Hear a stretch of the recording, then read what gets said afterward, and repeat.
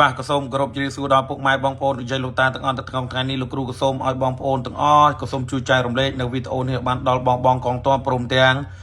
ពលទាហានដែលលោកបានទៅវាយខ្មាំងចោលសៀមនេះថ្ងៃនេះលោកគ្រូក៏សូមជូនបល័យការពារខ្លួនគឺជាបល័យសម្រាប់ជាគួយជីកន្សែងព្រោះលោកគ្រូឃើញបងទាហានយើងសម្បូរកន្សែងព្រមទាំងមានខ្សែមានអីផ្សេងអាចគួយបានដូចគ្នាអញ្ចឹងលោកគ្រូនឹងសូត្រឲ្យបងប្អូនស្រេចណាបល័យគួយកន្សែង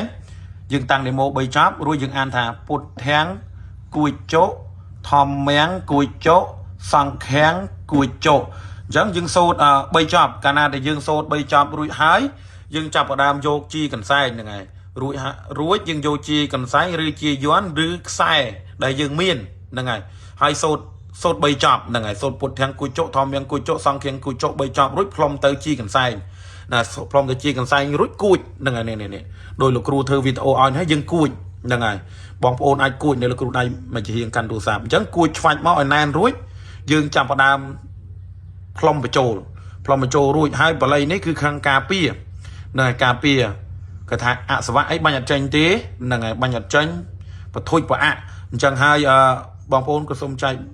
រំលែកវីដេអូនេះទៅផងហើយហ្នឹងហើយបើយើងមានខ្សែយើងគួចនឹងខ្សែទៅហ្នឹងហើយយើងអាចគួចហើយយើងចងនឹងកណ្ដុងកភ្លើងក៏បានដែរដើម្បីកុំឲ្យវាបាញ់វាកាលណាតែយើងត្រូវការ